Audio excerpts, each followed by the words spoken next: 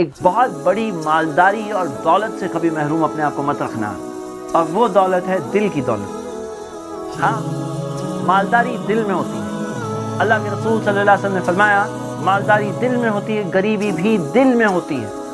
اور اللہ کے رسول محمد صلی اللہ علیہ وسلم کی حدیث ہے، امام مسلم نے جمع کیا ہے، قد افلح من اسلم، وہ کامیاب ہو گیا۔ دنیا میں کامیابی ہمارا ٹاپک ہے نا، تو یہ حدیث آنی ہے۔ قد افلح من اسلم، وہ کامیاب ہو گیا جو اسلام لے آیا۔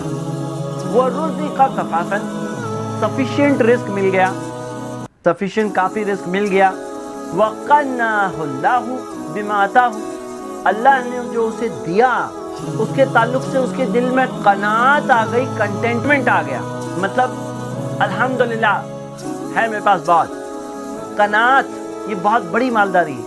کتنے سارے لوگ ہیں جن کے پاس بہت ہے لیکن انہیں یہی احساس ہے ارے میرے پاس یہ نہیں ہے، وہ چیز نہیں ہے، وہ چیز نہیں ہے، یہی لگا ہوا ہے ان کے ساتھ زندگی میں۔ بیچارے غریب ہے نا، وہ فقر فی القلب، غریبی دل میں ہوتی ہے، تو یہ مثال ہے پریکٹیکل۔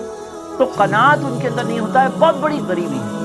تو اپنے آپ کو ایسے غریب مت رکھو۔ ایسے غریب ہو کے جینا ہے یا امیر ہو کے جینا ہے؟ تو میں آپ سب کو کہتا ہوں غریب ہو کے مت جیو۔ غریبی دل میں ہوتی ہے، مالداری کہاں ہوتی ہے؟ دل میں ہوتی ہے۔ جو ہے الحمدللہ